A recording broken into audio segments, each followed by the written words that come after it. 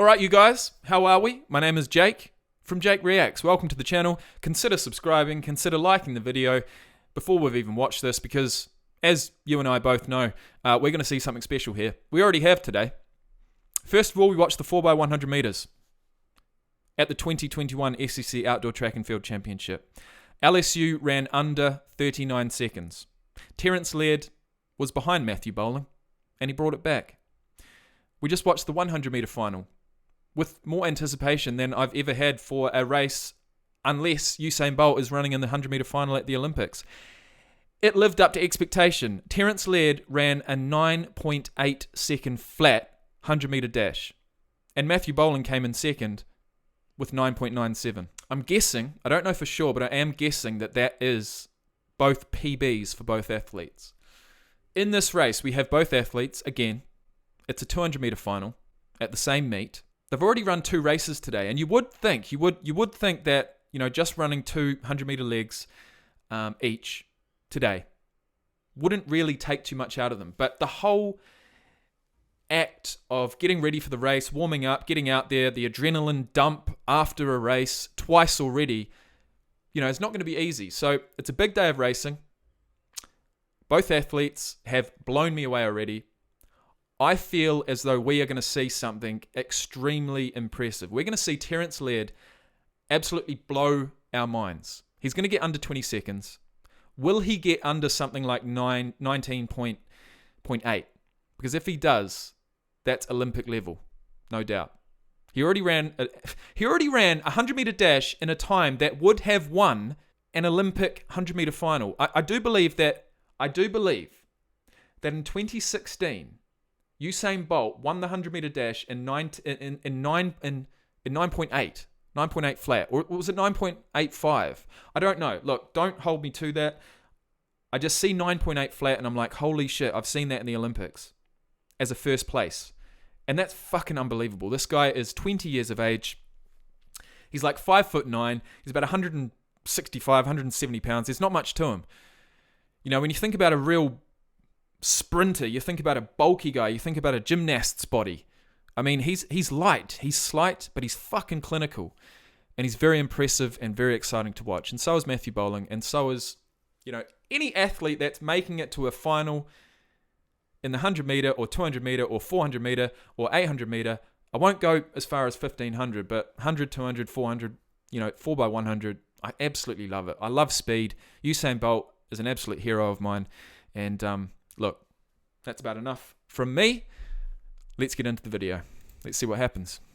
One of the most highly recruited sprinters back in 2019 from Hopkins, Minnesota. He makes his way south. I can't wait. And I like to as a better race for him, Dwight. He has. I'm excited, man. I cannot contain my excitement, as you can probably tell. That last 100 meters tonight, especially with this wind at his back. Yeah, he makes a few too many mistakes. I'm shaking. In the 100 for to God's make up sake. for it, but I am shaking. Recovered from that in the 200. And I got to tell with you, nervousness he's the kind of guy comes off for the these turn, guys. I wouldn't want to be standing in front of him. Takes up the whole lane. The start is so indoors, I mean, so he important. Made the track shake when he ran. But this is the guy, Terrance Laird, already having won the 100, come back. That is the guy. And I will say that when you do see them line up, when you see them, you know, get in there on their marks, when you see them get on their marks and then set, Terrance Laird does not have that much of an action. You know, when he puts his ass up in the air, it's not as obvious. It's not as large of an action. It's not as large of a movement as some of the other runners. And what that allows him to do is just really get those feet turning over as fast and as quick as possible off the line. Like Terrance Laird would probably, with his first 10 steps off the start, you know, I'm going to say Terrance Laird would probably run his first 10 steps in the time that anyone else runs their first 8. And that just allows him to really get up and go, you know, and not only that, but he can continue that pace. And with a 200 metre dash, the way that he can keep that pace over that last 100 metres is something else. We're going to get blown away here. Third place with a stick in the 4x1 to run LSU to a great time and an easy win. This guy is either peaking too early or Who knows what kind of times we will see him run as we get closer to the NCAAs and to the Olympic trials. This kid could be on the Olympic team. Oh, he will be on the Olympic team. In one or two I'm saying it events, right he now. could be on that relay. Well, he's going for his third win, but he's going to have to face Fawn Boulay and this young man. And guys, I flash back to that football run that he had. Imagine being a freshman coming onto campus and being all shy and everything, but the football team giving you a welcome reception like that. Instant respect from the Georgia Bulldogs has really helped this young man just mature over the last couple of years into an outstanding sprinter. And here we go. He's putting on a little bit more muscle too. Look at Lance Lang from St. Louis, Missouri. He broke the freshman 100-meter record. But Matthew Boling's action is not as clinical as Terrence Laird. He does need some work. He's not a finished product, but he still ran a 9.97 in the 100 meters. In his qualifying round yesterday, that stood since 1969, definitely going to be a sprinter of the future for Kentucky.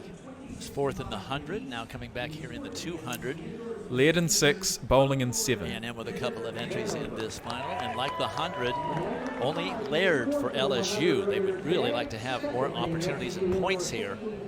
With the 5,000 meters coming up in Arkansas, about to score a boatload, as well as Alabama. Are we ready? Laird, with some pressure on him to try to bring home that 10 points. He's the number 1 200-meter runner in the world in 2021. And no matter what he runs today, it's going to be wind-aided, but he ran a 9.80 in the Laird's 100. taking a rest on his Wind. He'll take it. number. Well, he just looks so mature as a sprinter. We saw him at the Texas Relays, and we went, wow. He ran that 1981, and he's been leading the world. What I'd give to have speed like with this. that time. But remember, Matthew Boling Just incredible. won the NCAA championships. Terrence Laird indoors, he was the SEC indoor champion. And just the fact that we get to see these guys right next to each other racing again. We talk about these great matchups. One guy is definitely pushing the other. And just from a luck of the draw situation, Laird has Boling and Fawn-Boulay out. Now, for whatever reason, Terrence Laird has his has his name badge upside down. I don't know if that's a mistake. I don't know if that's for good luck. Side of him in this turn, which gives a great opportunity for them to rabbit him through the turn. Because once he gets on that straightaway with that tailwind behind him, he's gone. Boling ran a real good 200 at the SEC meet, but he was on the line several times and was disqualified. And then Laird just had a little bit of a hiccup with about 50 meters to go at the NCAA championships, and Boling was able to beat him in Fayetteville for that title. I tell you what, Boling was very, very lucky to have beaten him in that indoor 200 meters. Very lucky. Well, it was by 0.01 of a second for a start, but also Terrence Laird did slow up. He had to slow up because he was slightly either being pushed into Boling or had a risk of, exiting his lane, which wouldn't have been good. Well, that was a tough lane 5 too. We saw a couple of people stumble as they came off the turn indoors at Fayetteville. But Terrence Laird comes off the turn on an outdoor track just so smoothly. There's nothing like outdoor. There is nothing like outdoor. This is so much more exciting than a 200 meter indoor track, in my opinion. Running a 200 meter at a 400 meter outdoor track is so much better. It's going to be that little bit quicker, and that's what we want. He makes that transition, puts energy into the turn. What is he going to run? Stands it up. It's the best position that a I'm going to sprinter, say 19. the fastest position that a sprinter can be in as he stands up from that transition. I'm going to say 19. I want to say under 19.8, but I'm going to say 19.8 is the standard. I think Laird's going to run 19.8. Laird, Boling, and Fawn-Boulay. Here we go. My heart's in my mouth, and I'm not even racing.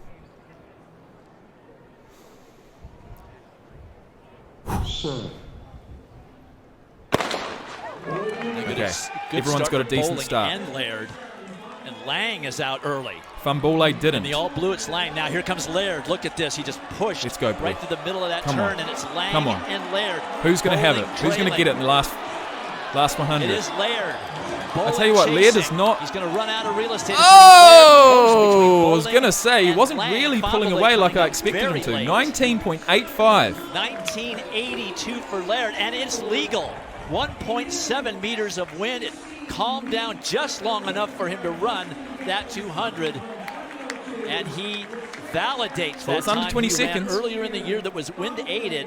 He has a legal 1982 under his belt, and more 1982. importantly, Now what a bowling 10 run. points for LSU. Did he get Joseph second? Bombele I'm did not even end sure. up getting second in a lean over Matt Bowling. Oh no! Bowling gets third in the outdoor SEC 200 meters. And Lang just 0.02 of a second back and forth. Well, I think Terrence There's not Laird much in it, can is there? thank Lance Lang for really putting the pressure How many on him athletes in got that under first 20 100 meters. seconds? He came up on the inside, and Laird, if you didn't see him, then he I wanna see a sensed view him. from the side. He made a move with about 110 meters to go. Just They kind of went to ruined that another by level. having a But Terrence Laird is so good view at from the standing front. tall and just turning it over. Great knee lift, great front side mechanics. His arms are in the right position. His neck is relaxed. Lance Lang doing a great job there in lane 5 in the middle of the track as well. But shit. Fambule came back really good. Tell you what. it's standing tall and just turning it over. Great knee lift, great front side mechanics. Tell you what. Look at him go. His arms are Look in at the the right beast. position. His neck is relaxed. Wow. Lance Lang doing a great job there in lane 5 in the middle of the track as well. But, oh, wow. Lanes 5, 6, 7, and 8. Outstanding sprint. Okay. Oh, shit. Fambule actually got it over Bowling. 20.05, 20.06, 20.08. So Laird is the only time officially under 20 seconds, and he did it over 0.2 of a second quicker than anyone else. 19.82 seconds, Terrence Laird. Sprinters in the middle of the track. Those are finish, great times 1982. for a conference. 20.05, 20.06. To go here at the SEC Outdoor Track and Field Championship. Unbelievable. Okay, guys, that's it. I need to cut these and put them on Jake's Wild Water Sports. So, guys, thank you for watching. That was incredible. I'm going to have to start backing this guy, Terrence Laird. But what I will say is that there is a real exciting rivalry brewing between these two guys. You know, I don't even know which event, the 100 meter or 200 meter, is going to be either athlete's best event. I feel like they're both pretty equal, but it seems as if this guy Laird is just pulling away from the field. And I guess the next time we see them race will be at the NCAA Outdoor Championships, and that's going to be an absolute hoot. So guys, thank you for watching once again, and I'll see you in the next video. Peace out.